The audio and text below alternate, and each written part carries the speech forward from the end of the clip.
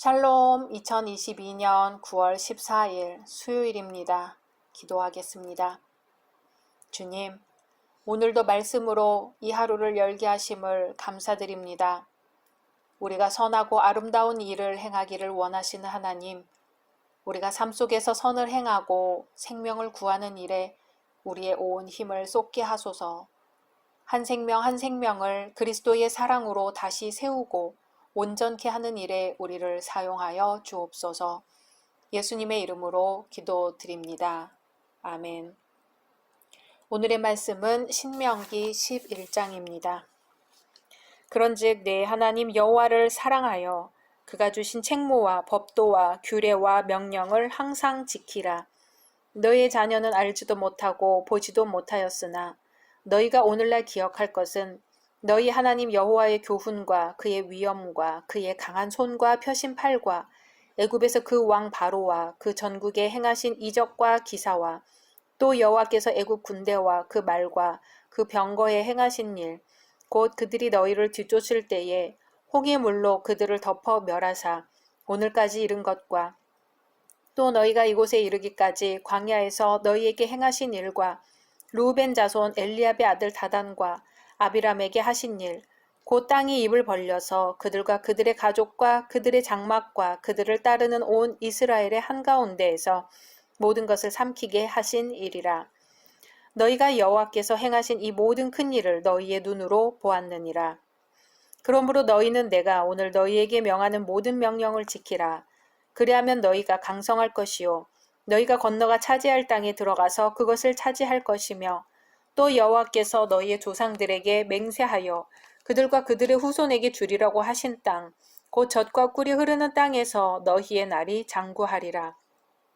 내가 들어가 차지하려 하는 땅은 내가 나온 애굽 땅과 같지 아니하니 거기에서는 너희가 파종한 후에 발로 물 대기를 채소밭에 댐과 같이 하였거니와 너희가 건너가서 차지할 땅은 산과 골짜기가 있어서 하늘에서 내리는 비를 흡수하는 땅이요 내 하나님 여호와께서 돌봐 주시는 땅이라. 연초부터 연말까지 내 하나님 여호와의 눈이 항상 그 위에 있느니라. 내가 오늘 너희에게 명하는 내 명령을 너희가 만일 청종하고 너희 하나님 여호와를 사랑하여 마음을 다하고 뜻을 다하여 섬기면 여호와께서 너희의 땅에 이른 비, 늦은 비를 적당한 때에 내리시리니 너희가 곡식과 포도주와 기름을 얻을 것이요 또 가축을 위하여 들에 풀이 나게 하시리니 내가 먹고 배부를 것이라. 너희는 스스로 삼가라. 두렵건대 마음에 미혹하여 돌이켜 다른 신들을 섬기며 그것에게 절함으로 여호와께서 너희에게 진노하사 하늘을 닫아 비를 내리지 아니하여 땅이 소산을 내지 않게 하심으로 너희가 여호와께서 주신 아름다운 땅에서 속히 멸망할까 하노라.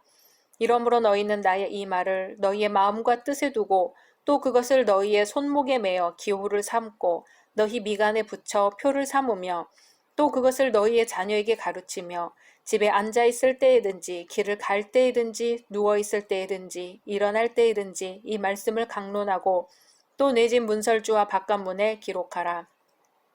그리하면 여호와께서 너희 조상들에게 주리라고 맹세하신 땅에서 너희의 날과 너희의 자녀의 날이 많아서 하늘이 땅을 덮는 날과 같으리라. 너희가 만일 내가 너희에게 명하는 이 모든 명령을 잘 지켜 행하여 너희 하나님 여호와를 사랑하고 그의 모든 도를 행하여 그에게 의지하면 여호와께서 그 모든 나라 백성을 너희 앞에서 다 쫓아내실 것이라. 너희가 너희보다 강대한 나라들을 차지할 것인즉 너희의 발바닥으로 밟는 곳은 다 너희의 소유가 되리니 너희의 경계는 곧 광야에서부터 레바논까지와 유브라데 강에서부터 서해까지라. 너희 하나님 여호와께서 너희에게 말씀하신 대로 너희가 밟는 모든 땅 사람들에게 너희를 두려워하고 무서워하게 하시리니 너희를 능히 당할 사람이 없으리라. 내가 오늘 복과 저주를 너희 앞에 두나니 너희가 만일 내가 오늘 너희에게 명하는 너희 하나님 여호와의 명령을 들으면 복이 될 것이요 너희가 만일 내가 오늘 너희에게 명령하는 도에서 돌이켜 떠나 너희 하나님 여호와의 명령을 듣지 아니하고 본래 알지 못하던 다른 신들을 따르면 저주를 받으리라. 내 하나님 여호와께서 내가 가서 차지할 땅으로 너를 인도하여 들이실 때에 너는 그리심산에서 축복을 선포하고 에발산에서 저주를 선포하라. 이 두 산은 요단강 저쪽 곧 해지는 쪽으로 가는 길 뒤 길갈 맞은편 모래 상수리 나무 곁에 아라바에 거주하는 가나안 족속의 땅에 있지 아니하냐. 너희가 요단을 건너 너희 하나님 여호와께서 너희에게 주시는 땅에 들어가서 그 땅을 차지하려 하나니 반드시 그것을 차지하여 거기 거주할지라. 내가 오늘 너희 앞에 베푸는 모든 규례와 법도를 너희는 지켜 행할지니라. 아멘. 오늘 말씀도 모세가 행한 두 번째 설교의 연속입니다.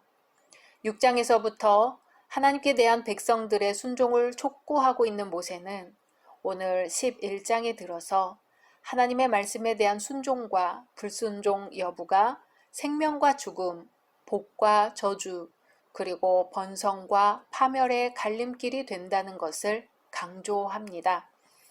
1절에서 7절은 제3 출애굽과 광야 여정 중에 나타났던 하나님의 크고 놀라운 능력에 대하여 회고하고 있는 부분입니다. 율법 준수의 동기는 하나님 사랑이며 출애굽할 때 하나님은 이스라엘을 위해 놀라운 일을 행하셨다는 것, 광야에서 고라 일당의 반역 사건으로 하나님이 징벌하셨던 것에 대해 이야기합니다. 8절에서 12절은 복의 땅 가나안이 얼마나 풍요로운지 강조합니다. 이스라엘이 이미 400년간이나 생활했었던 애굽보다 더 풍요로우며 하나님의 복이 함께 하시는 땅임을 말하는 것이지요. 그래서 이스라엘이 하나님의 계명을 지키기만 하면 반드시 그토록 복된 땅인 가나안을 차지하게 되리라는 약속입니다. 그리고 애굽에서와 같이 노력이 필요 없습니다. 또 가나안 땅에서 하나님이 어떻게 이스라엘을 돌보실지에 대한 이야기가 나옵니다. 13절에서 25절은 이스라엘이 하나님께 순종하고 그의 계명을 지킬 때 가나안 땅에서 누릴 풍성한 복에 대해 이야기합니다. 그러나 그러한 때일수록 더욱더 영적으로 긴장하여 하나님의 은혜를 망각하지 말라고 경고합니다. 그리고 이것을 위해 6장에서 나왔던 쉐마 본문을 상기시킵니다. 그리고 다시 한번 이스라엘이 하나님께 순종하기만 하면 그분께서 이스라엘에 앞서 가나안 거민들을 다 회파해 주실 것이며 이스라엘은 영원히 가나안에 머물게 될 것임을 약속하는 부분입니다.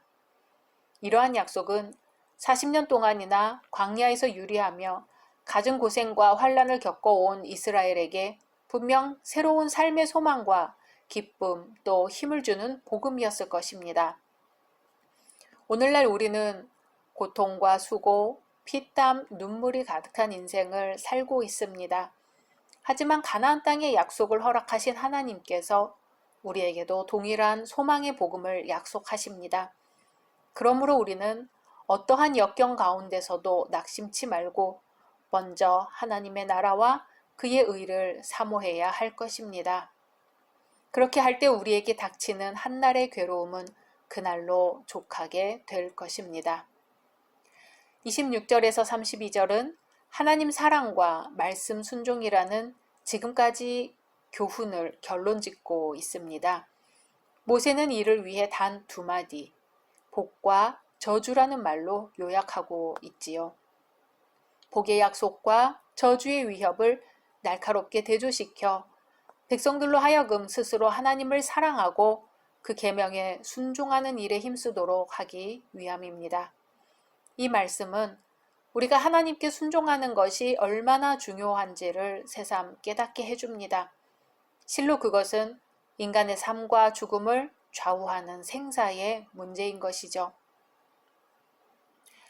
재산이 무척 많은 아버지가 있었습니다. 그에게는 외아들이 있었는데 자신이 죽은 뒤에라도 재산을 잘 지킬 수 있을지가 의문이었습니다. 어느 날 아버지는 아들에게 네 힘으로 금화 한 잎을 벌어오거라 하고 명했습니다. 아들은 금화 한 잎을 어머니의 지갑에서 쉽게 구해가지고 아버지에게 가져왔습니다. 아버지는 화를 내며 그 금화를 던져버리고는 이것은 내 힘으로 번 것이 아니다 하고 말했습니다. 아들은 친구에게로 가서 금화 한 잎을 구워가지고 아버지에게로 왔습니다. 이번에도 아버지는 화를 내시며 금화를 던져버렸습니다. 그래서 아들은 금화 하나를 벌기 위해 하루 종일 땀 흘리며 노동했습니다. 힘겹게 번 금화를 아버지에게로 가져왔을 때 아버지는 이번에도 역시 던져버리며 이것은 내가 번 금화가 아니야 하고 하는 게 아니겠어요? 아들은 아버지의 발밑에 엎드려 엉엉 울며 자신이 힘겹게 번 금화를 주워 들었습니다.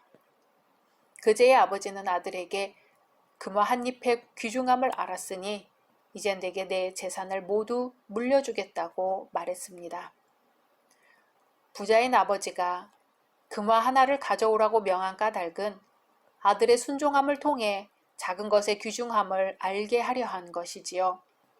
그리고 아들의 순종 뒤에는 크나큰 복이 기다리고 있었습니다. 오늘 말씀에서도 26절에 복과 저주를 너희 앞에 두나니 하고 말씀하십니다. 모세는 앞절부터 계속해서 순종에 따르는 복과 불순종에 따르는 징벌을 대비시켜 선포하고 있습니다. 이는 가나안 정복 후 순종의 삶을 통해 하나님의 복을 계속 향유하느냐 아니면 불순종의 삶을 통해 저주를 초래하느냐 하는 선택의 문제를 백성들의 결단 앞에 두는 것이지요. 곧 하나님은 순종을 원하시되 그 마음과 의지에서 나오는 자발적인 순종을 원하십니다. 복과 저주의 선택을 전적으로 인간들에게 맡기신 것이죠. 우리는 순간마다 선택을 합니다. 버스를 탈까, 전철을 탈까? 오늘 점심은 무엇을 먹을까? 저녁에는 무엇을 할까? 이러한 사소한 선택에서부터 어느 대학 무슨 과를 지망할 것인지, 어떤 회사에 입사할 것인지, 누구를 내 평생의 배우자로 삼을 것인지와 같은 귀중한 선택까지 내 생각, 내 의지에 달려 있습니다. 선택에 따라 우리의 운명이 결정된다고 해도 과언이 아니지요. 그러므로 우리는 수많은 선택의 갈림길에서 나의 이 선택이 하나님의 말씀에 순종함으로 그분을 기쁘시게 하는 것인가를 먼저 생각해야 하고 그 다음에는 이 선택이 내게 유익한 것인가를 생각해 봐야 합니다. 주일에 우리는 교회에 갈 수도 있고 야외에 놀러 가거나 잠을 잘 수도 있습니다. 예배 시간에 온전히 예배 드릴 수도 있고 딴 생각을 할 수도 있습니다. 교회에서 일꾼이 되어 교회학교 교사로 봉사할 수도 있고 그저 주일 성수만 할 수도 있습니다. 이 모든 것이 내 선택에 달려 있습니다. 우리는 이 많은 선택의 미로 속에서 복으로 가는 길을 잘 찾아 나가는 지혜로운 성도가 되어야 하겠습니다. 오늘 하루도 예수님과 동행하시는 귀한 날 되시기를 소망합니다. 각자 말씀 묵상하신 후 주기도문으로 마치겠습니다.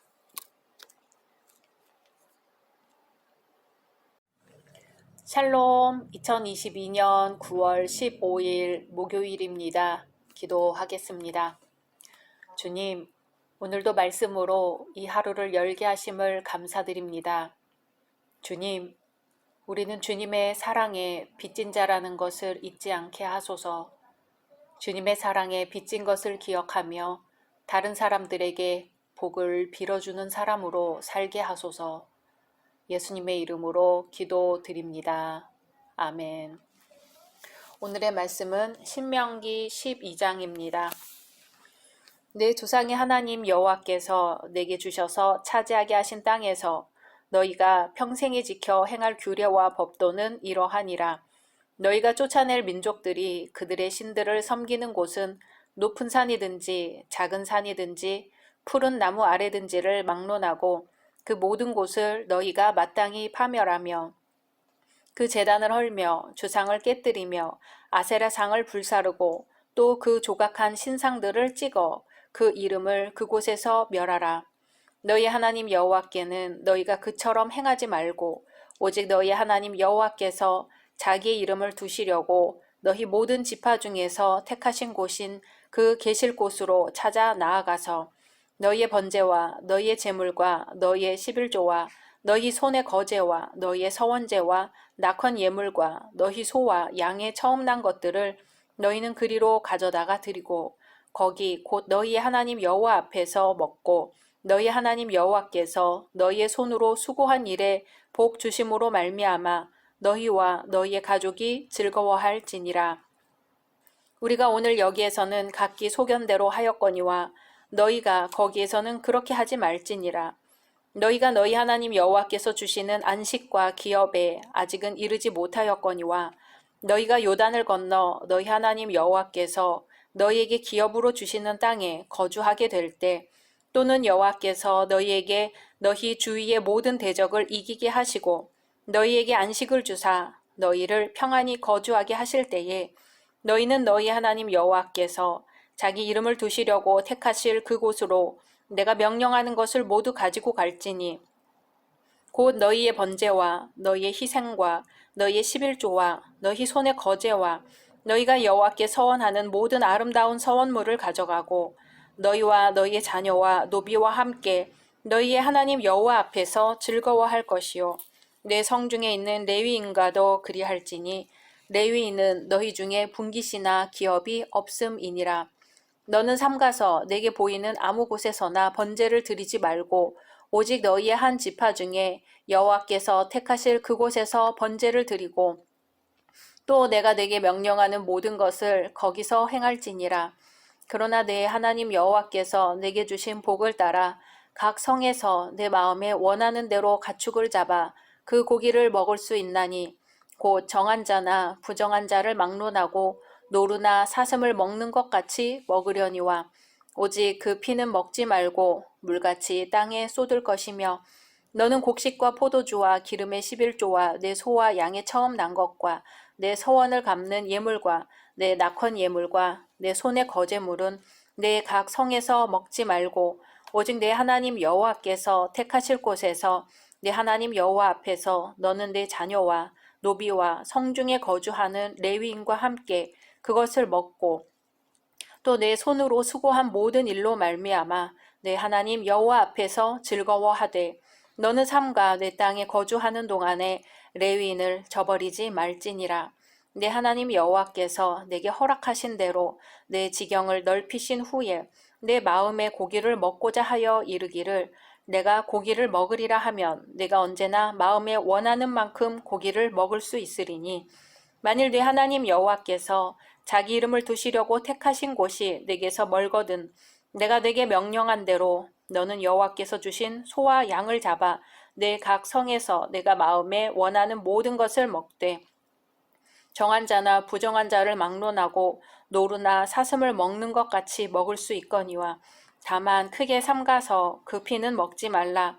피는 그 생명인즉 내가 그 생명을 고기와 함께 먹지 못하리니 너는 그것을 먹지 말고 물같이 땅에 쏟으라. 너는 피를 먹지 말라. 내가 이같이 여호와께서 의롭게 여기시는 일을 행하면 너와 내 후손이 복을 누리리라. 오직 내 성물과 서원물을 여호와께서 택하신 곳으로 가지고 가라. 내가 번제를 드릴 때에는 그 고기와 피를 내 하나님 여호와의 제단에 드릴 것이요 내 제물의 피는 내 하나님 여호와의 제단 위에 붓고 그 고기는 먹을지니라. 내가 내게 명령하는 이 모든 말을 너는 듣고 지키라. 내 하나님 여호와의 목전에 선과 의를 행하면 너와 내 후손에게 영구히 복이 있으리라. 내 하나님 여호와께서 내가 들어가서 쫓아낼 그 민족들을 내 앞에서 멸절하시고 내가 그 땅을 차지하여 거기에 거주하게 하실 때에 너는 스스로 삼가 내 앞에서 멸망한 그들의 자취를 밟아 올무에 걸리지 말라. 또 그들의 신을 탐구하여 이르기를 이 민족들은 그 신들을 어떻게 섬겼는고 나도 그와 같이 하겠다 하지 말라. 네 하나님 여호와께는 내가 그와 같이 행하지 못할 것이라. 그들은 여호와께서 꺼리시며 가증히 여기시는 일을 그들의 신들에게 행하여 심지어 자기들의 자녀를 불살라 그들의 신들에게 드렸느니라. 내가 너희에게 명령하는 이 모든 말을 너희는 지켜 행하고 그것에 가감하지 말지니라. 아멘. 모세는 4장에서부터 11장까지 과거 역사를 통해 이스라엘이 왜 하나님께 순종해야 하는지 밝혔다면 오늘 말씀에서부터는 이스라엘이 지켜야 할 규례와 법도에 관해 재해석 적용하고 있습니다.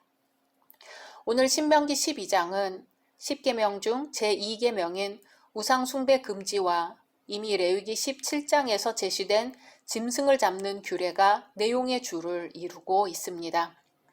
가나안 정복 후 이스라엘이 제일 먼저 해야 할 일은 우상 제거입니다.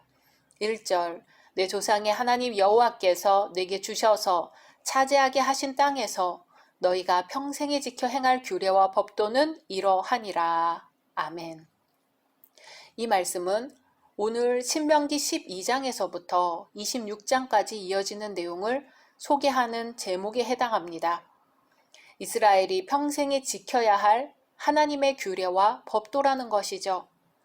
2절, 3절은 가나안에 입성한 후 반드시 그곳의 산당과 각종 우상들을 회파하라는 명령입니다. 이제 4절에서 14절까지는 이스라엘이 약속의 땅 가나안에서 어떻게 여호와를 섬길 것인가 하는 방법적인 규례에 관해 상술합니다. 그중 4절에서 7절은 이스라엘의 유일 중앙 성소에 대한 언급을 하는데 이스라엘은 하나님께서 지정해 주신 특정 장소에서 이미 받은 제사 규례에 따라 여호와를 섬기라는 명령입니다. 8절에서 14절은 4절에서 7절을 다시 한번 되풀이하면서 감사 축제에 관해 언급합니다. 이스라엘은 매년 중앙 성소로 나와 하나님께서 허락하신 그 해의 소산을 인해 감사하며 기쁨의 잔치를 베풀라는 지시입니다. 이상과 같은 규례는 이방인들의 다신론 사상과 자기들이 적당하다고 생각하는 곳에 신당이나 신전을 지어놓고 우상을 섬기는 것과 같은 인간 본위의 예배 장소와 제사 방법을 부정합니다. 그리고 그 대신 하나님께서 당신을 계시해 주셨기 때문에 그분을 알게 된 우리가 이처럼 예배하는 방법에서도 가르쳐 주신 대로 하는 것이 지극히 당연한 일입니다. 15절에서 28절은 이스라엘의 유일 중앙 성소와 관련된 제물 및 식용 짐승을 잡는 규례를 설명합니다. 이에 관한 규례는 레위기 17장에서 이미 이야기되었으나 여기서는 다소 완화된 형태를 제시하며 그 변경 이유에 관해 설명합니다. 15절은 제물용이 아닌 식용짐승은 반드시 유일 중앙 성소에서가 아니더라도 아무나 자유롭게 잡아먹을 수 있도록 허용하는 부분입니다. 그리고 16절은 그 경우일지라도 짐승의 피는 먹지 못하도록 금하고 있는 부분입니다. 17절에서 19절은 이미 언급한 감사 축제와 관련하여 그 잔치는 반드시 유일 중앙 성소에 올라가서 베풀어야 함을 주지시킵니다. 20절에서 28절은 이상의 규례에 대해 다시 한번 상술하며 레위기의 규례가 지금에 와서 와닿는 이유를 설명하고 있습니다. 레위기에서는 제물용이든 식용이든 모든 짐승은 일단 성막 문 안으로 끌고 들어가 거기서 잡은 후 피와 기름을 화목제로 드린 다음에야 비로소 그 고기를 먹도록 했었지요. 성막을 중심으로 생활하였던 광야 노정 중에 주어진 것이라는 데 특징이 있습니다. 반면 오늘 말씀에서 다소 완화된 이유는 이스라엘이 장차 가나안 땅에 들어가 각자의 기업대로 흩어져 살 때를 대비해서 주어진 것임을 인지시켜 줍니다. 그러므로 규례의 근본 정신은 변하지 않더라도 그 형식이나 내용만큼은 변화하는 시대 상황에 따라 발전적인 측면으로 조정 내지는 변경될 수 있음을 이해할 수 있습니다. 사실 율법의 그 근본 정신은 오늘날에도 여전히 계승 승화 발전되고 있다 하겠습니다.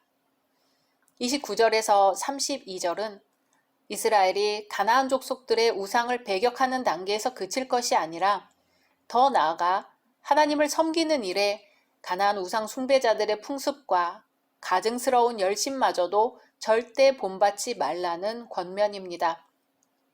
그리고 31절은 가나안 족속들의 사악한 풍습 중 하나로 인신 제사 행위를 예로 들고 있습니다. 마지막 32절은 이상의 모든 규례를 하나도 가감함이 없이 다 지켜 행하라는 결론적인 명령의 말씀입니다. 이러한 내용은 우리 인간이 그저 사는 것이 아니라 인간답게 사는 것이 중요하듯이 하나님을 섬길 때도 바로 섬기는 것이 중요함을 말합니다. 우리는 하나님을 섬기되 이 세상에 썩어 없어질 각종 형상으로 만들지 말고 하나님만을 바로 알고 오직 신령과 진정으로 경외해야 하는 것이지요. 요한복음에서 사마리아 여인은 유대인들이 예루살렘에서 예배드리는 반면에 사마리아인들은 그리심산에서 예배한다고 말하지요. 이때 예수님은 하나님 나라의 예배 장소는 그리심산이나 예루살렘과 같은 장소에 제한되지 않는다고 말씀하십니다. 또한 하나님께 신령과 진정으로 예배드려야 한다고 하시지요. 신령과 진정이라는 구절이 요한복음 2회에서 어떻게 쓰이고 있는지 볼까요? 신령과 진정이라는 구절은 참된 예배란 예수 그리스도를 통하여 하나님께 드리는 예배를 강조할 때 쓰입니다.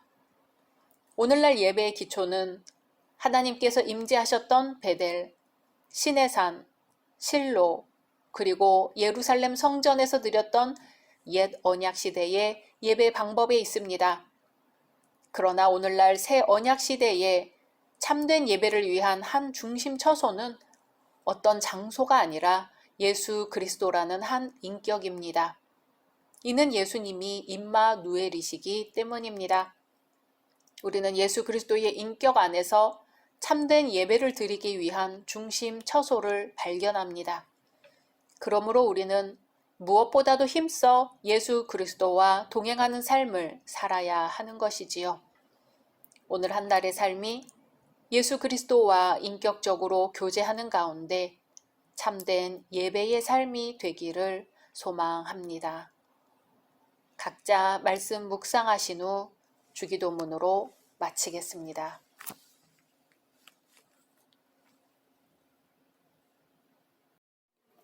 샬롬, 2022년 9월 16일 금요일입니다.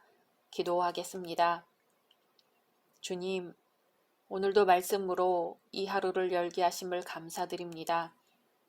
어떠한 상황 속에서도 우리와 함께 하시는 주님, 우리의 현실이 어떠할지라도 하나님은 함께 하심을 믿습니다. 우리보다 더 아파하시고 분노하시며 우리를 사랑하시는 하나님을 더욱 깨닫게 하소서. 예수님의 이름으로 기도드립니다. 아멘. 오늘의 말씀은 신명기 13장입니다. 너희 중에 선지자나 꿈꾸는 자가 일어나서 이적과 기사를 내게 보이고 그가 내게 말한 그 이적과 기사가 이루어지고 너희가 알지 못하던 다른 신들을 우리가 따라 섬기자고 말할지라도 너는 그 선지자나 꿈꾸는 자의 말을 청종하지 말라. 이는 너희 하나님 여호와께서 너희가 마음을 다하고 뜻을 다하여 너희 하나님 여호와를 사랑하는 여부를 알려하사 너희를 시험하심이니라. 너희는 너희 하나님 여호와를 따르며 그를 경외하며 그의 명령을 지키며 그의 목소리를 청종하며 그를 섬기며 그를 의지하며 그런 선지자나 꿈꾸는 자는 죽이라. 이는 그가 너희에게 너희를 애굽 땅에서 인도하여 내시며 종되었던 집에서 속량하신 너희의 하나님 여호와를 배반하게 하려 하며 너희 하나님 여호와께서 내게 행하라 명령하신 도에서 너를 꿰어내려고 말하였음이라. 너는 이같이 하여 너희 중에서 악을 제할지니라. 내 어머니의 아들 곧 내 형제나 내 자녀나 내 품의 아내나 너와 생명을 함께하는 친구가 가만히 너를 깨어 이르기를 너와 내 조상들이 알지 못하던 다른 신들 곧 내 사방을 둘러싸고 있는 민족 혹 내게서 가깝든지 내게서 멀든지 땅 이 끝에서 저 끝까지에 있는 민족의 신들을 우리가 가서 섬기자 할지라도 너는 그를 따르지 말며 듣지 말며 긍휼히 여기지 말며 애석히 여기지 말며 덮어 숨기지 말고 너는 용서 없이 그를 죽이되 죽일 때에 내가 먼저 그에게 손을 대고 후에 뭇 백성이 손을 대라. 그는 애굽 땅 종되었던 집에서 너를 인도하여 내신 내 하나님 여호와에게서 너를 꿰어 떠나게 하려 한 자이니 너는 돌로 쳐 죽이라. 그리하면 온 이스라엘이 듣고 두려워하여 이 같은 악을 다시는 너희 중에서 행하지 못하리라. 네 하나님 여호와께서 내게 주어 거주하게 하시는 한 성읍에 대하여 내게 소문이 들리기를 너희 가운데서 어떤 불량배가 일어나서 그 성읍 주민을 유혹하여 이르기를 너희가 알지 못하던 다른 신들을 우리가 가서 섬기자 한다 하거든.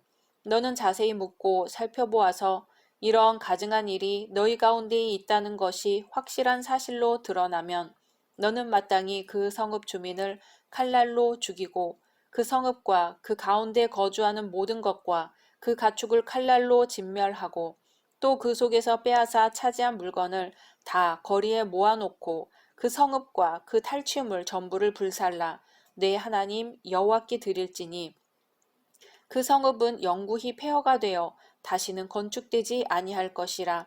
너는 이 진멸할 물건을 조금도 내 손에 대지 말라. 그리하면 여호와께서 그의 진노를 그치시고 너를 긍휼히 여기시고 자비를 더하사 내 조상들에게 맹세하신 같이 너를 번성하게 하실 것이라. 네가 만일 내 하나님 여호와의 말씀을 듣고 오늘 내가 네게 명하는 그 모든 명령을 지켜 내 하나님 여호와의 목전에서 정직하게 행하면 이같이 되리라. 아멘. 오늘 말씀도 앞장에 이어 여호와 하나님을 향한 신앙의 변질을 막고 그 순수성을 잃지 않도록 권고합니다. 가나안 정착 후 예상되는 거짓 종교로부터 유혹을 철저히 근절지키라는 거지요. 그러나 앞장이 주로 이스라엘 외부의 이방 족속들로부터 닥쳐올 우상 숭배의 유혹에 대하여 경고한 것이라면 오늘 말씀은 이스라엘 내부에서 발생할 수 있는 거짓 종교의 위험에 대한 경고라는 차이가 있습니다. 먼저 1절에서 5절은 이스라엘 내부로부터 발생할 수 있는 거짓 선지자들과 예언자들에 의한 유혹을 경계하며 분쇄하라고 합니다. 모세는 거짓 선지자와 참 선지자는 그들이 말한 예언이 성취되는지 이적과 기사의 진위성 여부에 따라 구별할 수 있다고 합니다. 하지만 그 예언이 성취되고 그를 통하여 능력과 이적이 나타난다 하더라도 여호와 외의 신을 섬기도록 유혹한다면 그는 반드시 거짓 선지자임을 강조합니다. 그러므로 이스라엘은 오직 여호와만을 경외하며 그 거짓 선지자를 처단함으로 백성들 가운데서 악의 요소를 제거하라고 경고합니다. 이 말씀은 우리들에게 있어 이적이나 기사 등은 그 자체가 중요한 것이 아니라 그것을 통하여 나타나는 결과가 하나님께 영광이냐 아니냐가 더욱 중요함을 일깨워 줍니다. 그러니 우리는 오늘날 각자 하나님께로부터 받은 은사를 선용하여 하나님의 영광을 드러내기에 힘쓰고 그것을 썩혀두거나 자신의 이기심을 충족시키는 수단으로 삼아서는 안 되겠습니다. 6절에서 11절은 우상 숭배자를 정죄하라고 합니다.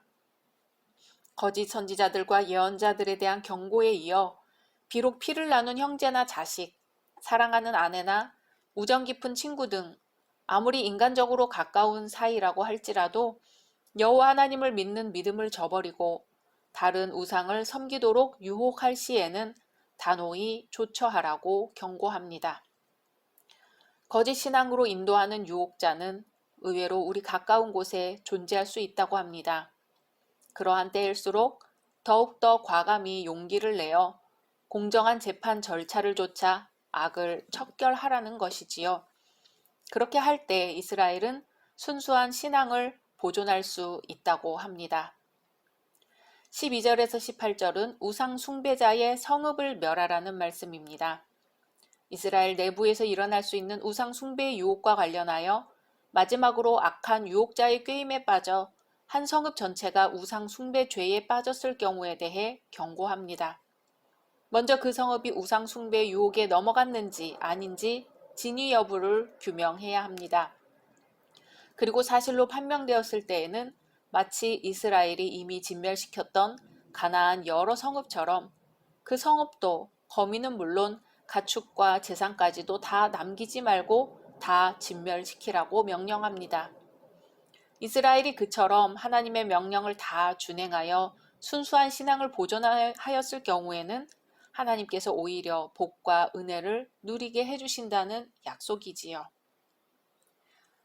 오늘 말씀에서는 형제, 자녀, 아내, 절친한 친구 등 가장 가까운 사람들의 권유나 꾀에 의해 하나님을 배반하는 죄악을 절대 범하지 말 것을 가르치고 있습니다. 오히려 지나치리만큼 단호하게 그들을 응징하라고까지 하지요. 사랑이 깊고 절친한 관계에 있는 사람들과 함께할수록 하나님과 관계를 더욱 중요시하고 앞세우라는 뜻입니다. 신앙심이 깊은 사람이나 신념이 강한 사람들도 의외로 친분관계나 친구와의 우정 때문에 큰일을 저버리고 죄를 범하는 일이 많습니다. 극단적인 예를 들자면 친구의 권유로 마약 복용을 시작했다가 인생을 망쳐버리는 일이 있지요. 요즘 흔히 뉴스에 나오고 있는 이야기입니다. 극단적인 예를 굳이 들지 않더라도 인간들은 크고 작은 일에서 비슷한 오류를 범하고는 합니다. 하나님을 가장 사랑하노라 하면서도 눈에 보이지 않는 하나님보다는 가까이에 있는 가족이나 친구의 말에 귀를 기울이고 그들 의견에 맞추어가며 그들과의 관계를 유지시키고 순간을 즐기려 합니다. 그들의 미소와 애처로운 표정, 화내는 모습, 솔깃한 유혹 앞에서 대쪽 같다고 자부하던 나의 신앙이 물거품처럼 녹아버린 적은 없나요? 좋은 게 좋은 거 아닙니까? 이번만 좀 봐주세요 하나님 하는 식의 자기 합리화가 습관처럼 되어 있는 것은 아닐까요? 하나만 알고 둘은 모르는 모습이지요. 이러한 삶의 방식이 되풀이될수록 일시적인 기쁨은 있을지라도 결국은 하나님으로부터 나 자신을 소외시키는 결과를 초래합니다. 인간적 친분이 아무리 잦은 웃음을 가져다 준다 해도 뒤끝이 허무함을 느낄 때가 있습니다. 사랑하는 이들에 대한 애정이 깊을수록 내 삶의 우선순위를 되새겨 보아야 할 것입니다. 오직 진리 되신 예수님과 동행하며 살아갈 때 더 큰 기쁨과 더 큰 은혜가 있다는 것을 기억해야 할 것입니다. 각자 말씀 묵상하신 후 주기도문으로 마치겠습니다. 샬롬 2022년 9월 17일 토요일입니다. 기도하겠습니다. 주님, 오늘도 말씀으로 이 하루를 열게 하심을 감사드립니다. 사랑하는 주님, 슬픈가 하면 위로를 받고 절망스러운가 하면 소망이 생기고 하루하루 주님의 은혜로 여기까지 왔습니다. 결실의 계절 가을에 주님께 받은 은혜로 열매 맺기 원합니다. 주님께 기쁨으로 드릴 수 있는 열매 맺게 하소서. 예수님의 이름으로 기도드립니다. 아멘.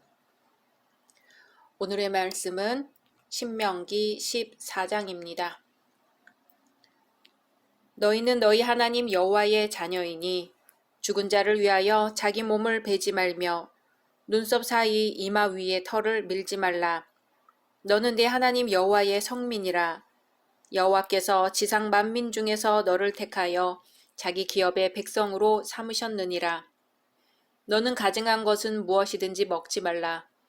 너희가 먹을 만한 짐승은 이러하니 곧 소와 양과 염소와 사슴과 노루와 불구스름한 사슴과 산염소와 볼기가 흰 노루와 뿔이 긴 사슴과 산양들이라. 짐승 중에 굽이 갈라져 쪽발도 되고 새김질도 하는 모든 것은 너희가 먹을 것이니라.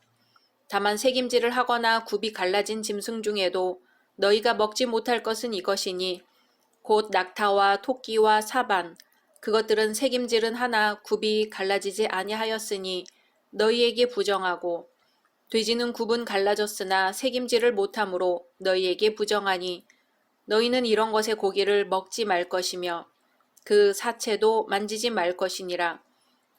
물에 있는 모든 것 중에서 이런 것은 너희가 먹을 것이니 지느러미와 비늘 있는 모든 것은 너희가 먹을 것이요 지느러미와 비늘이 없는 모든 것은 너희가 먹지 말지니 이는 너희에게 부정함이니라. 정한 새는 모두 너희가 먹으려니와 이런 것은 먹지 못할지니 곧 독수리와 솔개와 물수리와 매와 새매와 매의 종류와 까마귀 종류와 타조와 타흐마스와 갈매기와 새매 종류와 올빼미와 부엉이와 흰 올빼미와 당아와 오른과 노자와 학과 황새 종류와 대승과 박쥐며 또 날기도 하고 기어다니기도 하는 것은 너희에게 부정하니 너희는 먹지 말 것이나 정한 새는 모두 너희가 먹을지니라. 너희는 너희의 하나님 여호와의 성민이라. 스스로 죽은 모든 것은 먹지 말 것이나 그것을 성중에 거류하는 객에게 주어 먹게 하거나 이방인에게 파는 것은 가하니라. 너는 염소 새끼를 그 어미의 젖에 삶지 말지니라.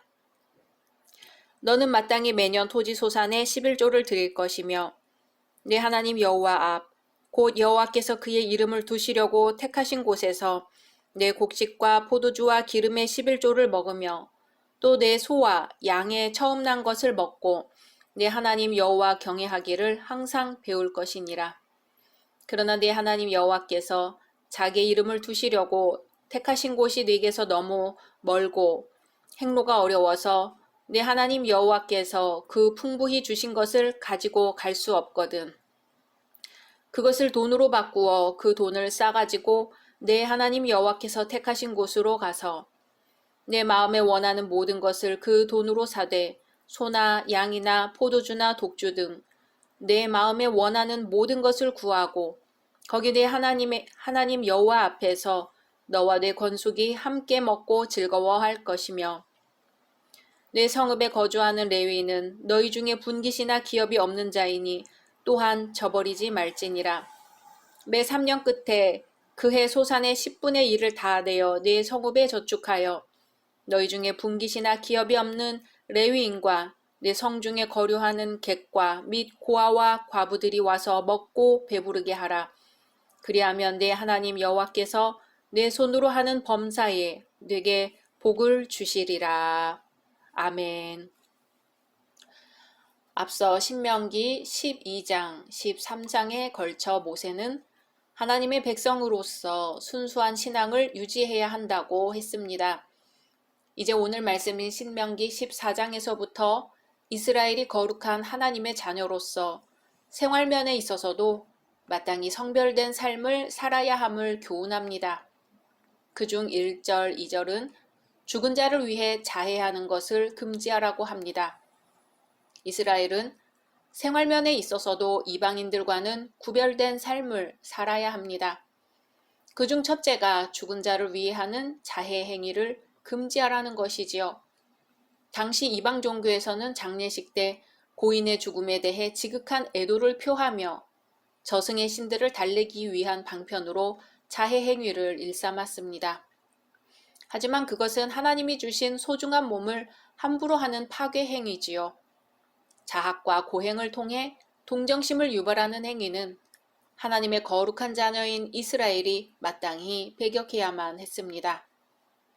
이 점은 오늘날 성도들에게 있어서도 마찬가지입니다. 특히 성도는 그리스도께서 값 주고 사신 그분의 몸이요 지체란 점에서 우리는 자신의 몸을 사사로이 다룰 수 없음을 다시 한번 깨달아야 합니다. 성경은 그런즉 너희 몸으로 하나님께 영광을 돌리라 증거합니다. 3절에서 21절은 정결 음식 규례에 대해 언급합니다. 이는 하나님께로부터 받은 소중한 몸을 유지하는 데 필요한 기본적인 식생활에 있어서조차 이방인들과는 달리 성결한 삶을 살도록 하기 위한 것입니다. 포유류에 관한 정결과 부정결의 기준, 어류에 관한 기준, 조류와 곤충류에 관한 기준이 나와 있으며 자연사한 짐승을 먹지 말라는 규례도 있습니다. 22절에서 29절은 제2, 제3의 11조에 관해 언급합니다. 이미 레위기와 민수기에서도 언급한 11조에 관한 규례지요.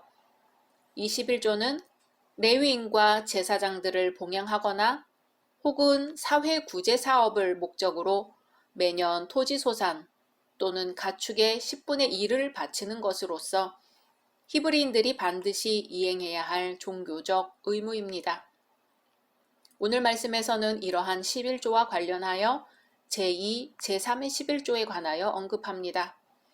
제2의 11조란 1차적으로 10분의 1을 바친 나머지에서 다시 10분의 1을 구별하여 바치는 것을 가리킵니다. 이는 백성들이 중앙 성소에서 한 해의 소출을 허락하신 하나님께 감사하여 여는 기쁨의 잔치에 사용되는 경비입니다. 그러나 안식년을 기준으로 제3년과 6년에는 이러한 제2의 11조를 특별히 잔치 비용으로 사용하지 않고 구제 비용으로 돌렸으며 이를 가리켜 소위 제3의 11조라 합니다. 이상에서 우리는 11조는 첫째, 우주 만물 모든 것의 주인이 하나님이심을 인정하는 것이며, 둘째, 그분께로부터 받은 바 은혜에 감사하는 것이며, 셋째, 이웃 사랑의 도리를 실천하게 하는 규례임을 알 수 있습니다. 따라서 오늘날 우리도 11조를 시행할 때 이러한 정신에 입각해서 해야 하며 단지 복을 받기 위한 수단으로 시행해서는 안 될 것입니다. 사실 11조를 바치는 것은 인간의 결단으로 행하기 어려운 일입니다. 그것은 믿음의 행위라야 가능한 것이죠. 내가 가진 모든 것이 하나님의 것으로 그중 10분의 1을 하나님께 돌려드린다는 신앙 자세를 지녀야 비로소 올바른 11조를 드릴 수 있습니다. 더군다나 하나님께서는 11조를 드리되 온전한 11조를 바치기를 원하십니다. 온전한 11조란 10분의 1을 하나님께 드리되 가장 좋은 것을 드리는 동시에 하나님의 청지기로서의 자세를 가지고 기쁨과 자원하는 심령으로 드리는 11조를 말합니다. 하나님은 이스라엘 백성을 과거 애굽의 압제에서 구원하셨으며 광야 40년의 생활을 인도하시고 약속하신 가나안 땅을 허락하셨습니다. 하나님은 온 세상의 창조주요 주관자이시기에 모든 피조물로부터 경배와 찬양을 받으시기에 합당한 분입니다.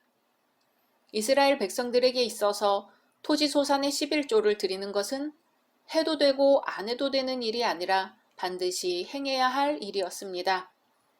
이것은 토지의 주인이 하나님이시며 거기서 나는 모든 식물을 자라게 하시는 이가 하나님이라는 사실에 근거합니다. 하나님의 은혜가 아니면 결코 어떤 소득도 얻을 수가 없는 것이지요. 오늘날 교회가 진정으로 필요로 하는 11조와 헌금은 진실한 마음과 헌신하는 마음에서 비롯된 것이어야 합니다. 그리스도인의 사랑과 헌신으로서 하나님께 물질을 바치는 것은 우리를 영적으로나 도덕적으로 풍요롭게 합니다.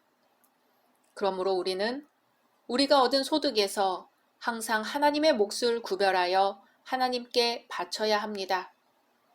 부모는 그 자녀에게 11조 예물드림을 교육하고 그 자녀는 또 자신의 자녀에게 그것을 교육하여 영원한 신앙의 습관으로 이어지게 해야 합니다. 우리는 우리가 얻은 소득을 우리의 안락을 위해서 사용하지 않고 하나님의 거룩한 사업을 위해 봉헌함으로써 돈을 우상시하는 것을 막을 수 있으며 마음으로 하나님을 더욱 사랑하고 교회를 유지하며 형제 자매들을 도울 수 있습니다. 죄악 세력에서 우리를 해방시켜 주시고 참 자유를 허락하신 주님의 은혜를 되새기면서 소득의 11조를 기쁨으로 바치며 하나님께서 베푸신 은혜를 기억해야 하겠습니다. 각자 말씀 묵상하신 후 주기도문으로 마치겠습니다.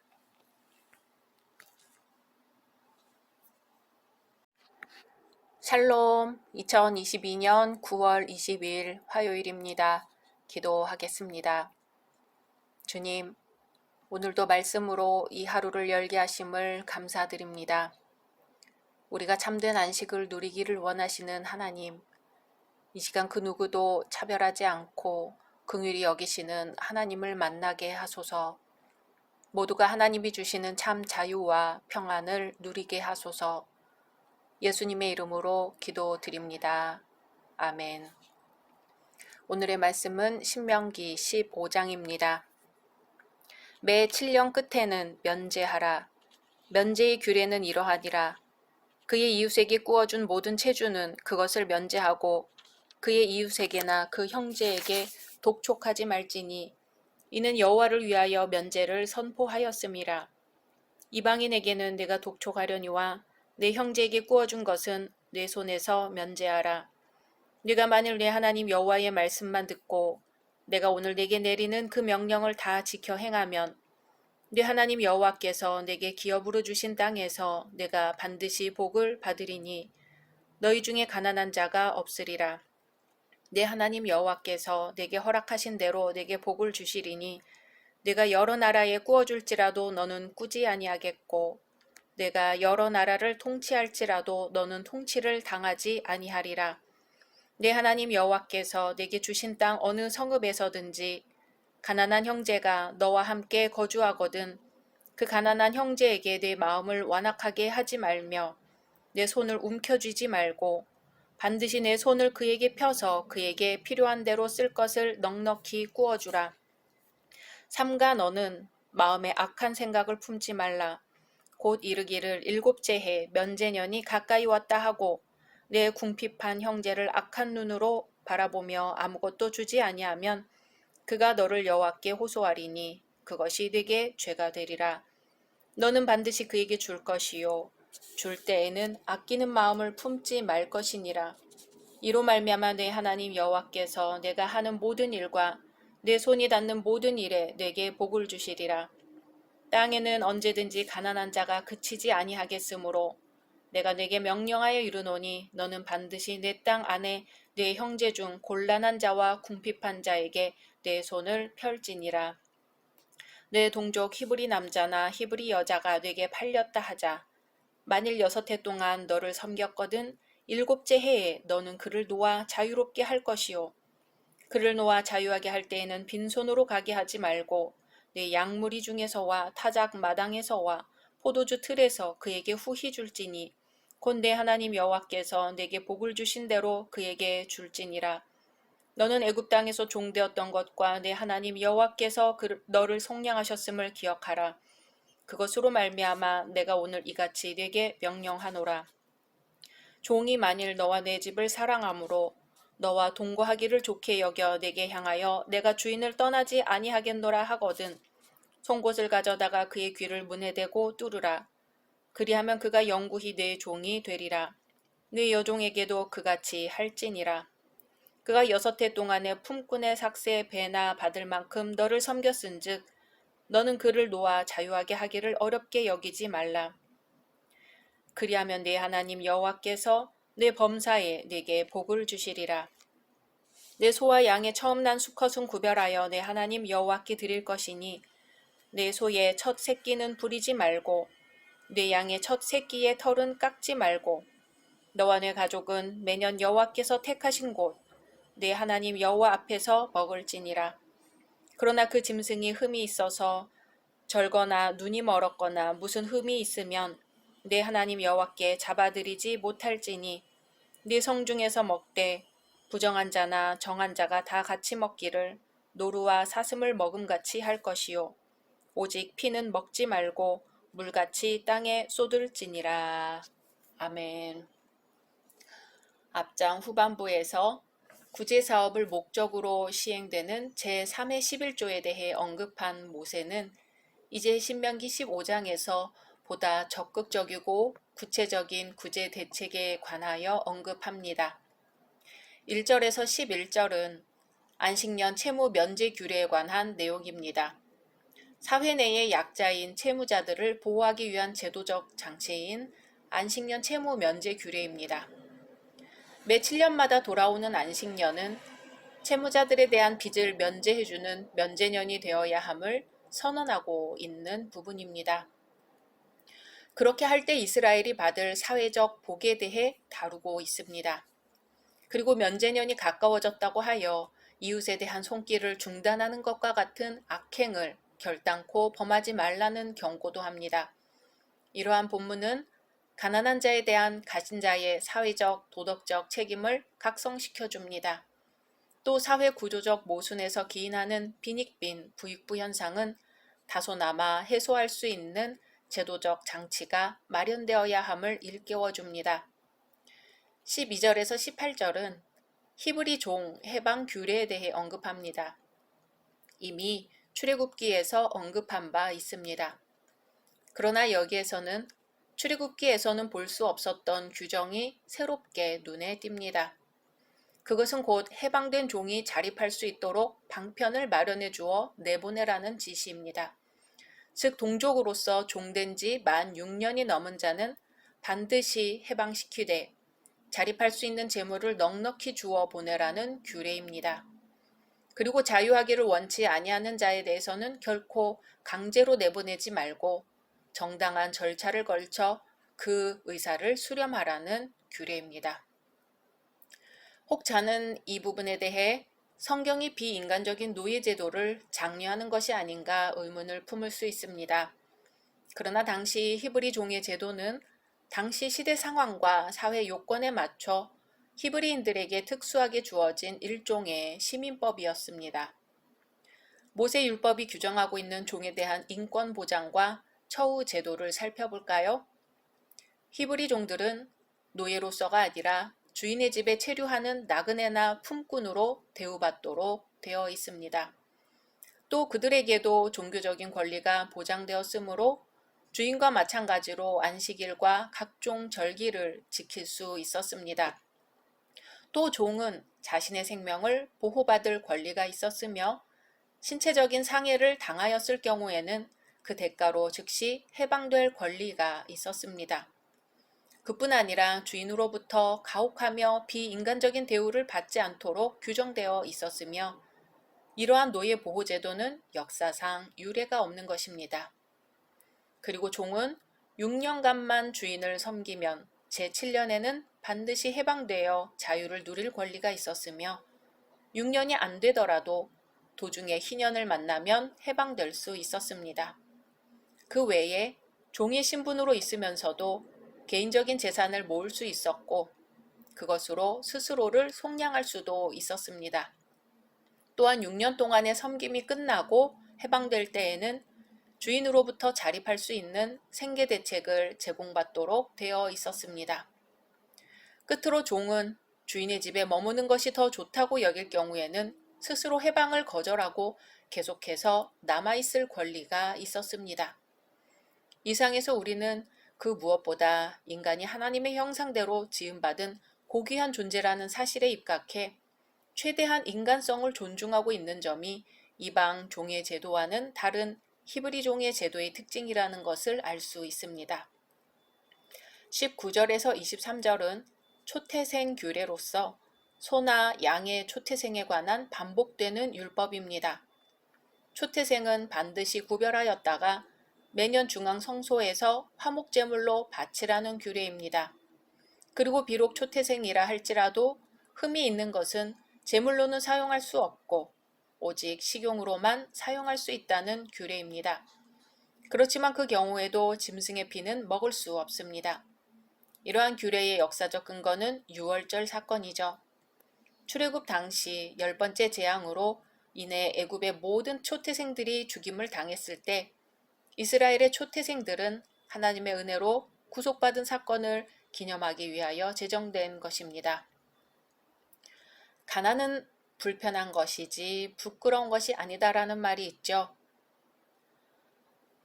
가난은 인격도 이념도 의지도 무너뜨리고 마는 무서운 것입니다. 하나님께서는 면제년에 빚을 면제해 주라고 말씀하십니다. 그만한 이유와 안타까움이 있음을 아시는 탓이겠지요. 하나님께서 가난한 이들에 대한 관심과 배려가 깊다는 증거이기도 합니다.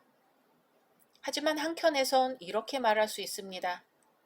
남들 놀 때 죽으라고 일해서 번 돈을 가지고 왜 남들이 왈가왈부 하느냐고요. 그 입장이 되어보지 않고서 함부로 말하는 것은 옳지 않다고도 합니다. 하지만 과연 그럴까요? 도대체 왜 일을 하고 살아야 하는지에 대해서 깊이 생각해 보고도 그렇게 말할 수 있을까요? 반면 모범적인 신앙인들이 사는 모습을 보면 자신이 가진 재물을 자신의 것이라 주장하지 않고 하나님이 주신 복이기에 이웃을 위해 봉사해야 한다며 이웃 섬기는 일에 앞장서는 경우가 많습니다. 그리스도인을 중심으로 유산 안 물려주기 운동이 펼쳐지기도 합니다. 자신의 재산을 덜어서 이웃과 함께 살아가는 사람들이 이 사회에 아직 있음을 보면서 하나님의 말씀을 실천하는 사람이 이만큼이라도 된다는 게 얼마나 반가운 일인지 모릅니다. 3대까지 가는 부자는 없다는 말이 있습니다. 아마도 성경의 말씀과 같은 맥락에서 나오는 말일 것입니다. 하나님이 명하시는 명령을 다 지켜 행하는 사람과 그렇지 않는 사람의 미래가 전혀 차이가 없다면 오히려 그것이 더 문제가 아닐까요? 명령을 다 지켜 행한 자는 정령 복을 받을 것이라고 성경은 증언합니다.